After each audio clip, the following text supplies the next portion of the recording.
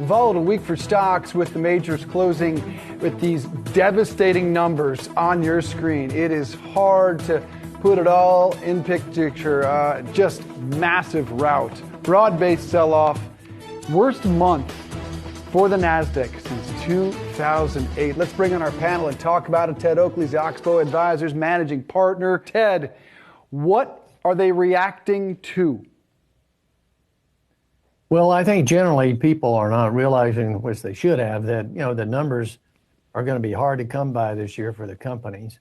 But I think more than that, I think you're in a classic bear market where you get selling, they buy the dip, it doesn't work, so they turn and resell. And I think that's the type of thing you're getting today. Ted, as you look at some of these mega caps versus, say, how other parts of the tech industry are doing, do these mega caps give us a real bellwether of how the entire sector is doing? Well, a lot of those companies were already down more than the mega caps were, and those things were really what were holding in the market up here. If you take those top 6 to 10 stocks, but now they're breaking, and so they're actually catching up with a lot of the rest of the market, even the tech side.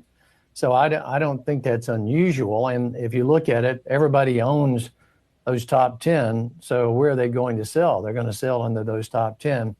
And you can see it because you just clipped a new recent low in the NASDAQ today and the S&P 500. Not the Dow yet, but it probably will. And I think as you're getting those kinds of numbers, you have to just perk up because it probably means more to come.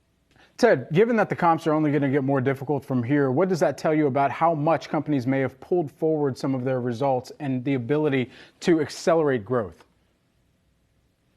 Well, I think what happens when you're in a bear type market, what happens is, I think people don't realize, and I've been through a number of them, but and we do fundamental analysis, don't get me wrong.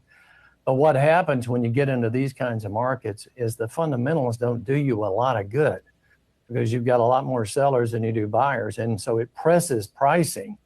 And if you look at it, we've had about 14 years where we've really never had a classic bear market in that length of time. I'm talking about a 1 to 2 year bear market. So there's a lot of players now that have never been through anything like that. And so it's going to be hard for them to see that coming, I think. And so we look for the markets to be under pressure. You have to remember, May through September, October is pretty much the worst time. It's not a great time to be in the market anyway. So we'll see how it plays out, but I do think that the pressure will stay on it as you go into the next 2 to 3 months. Ted, clients are calling in panic, presumably. What are you telling them? That's what's interesting about this. Not many of them are really worried about it. I think it's interesting to us that the complacency level is still really high, and you can tell it in the trading. It may look like it's capitulation to you, but it's really not. The volume's not that high. We haven't seen people really get that worried about it. It's interesting. You look at something like ARC, which is down, 70% plus, and yet they brought in almost $1 billion last week. So I don't think people are at that point yet. We don't see that out there from investors.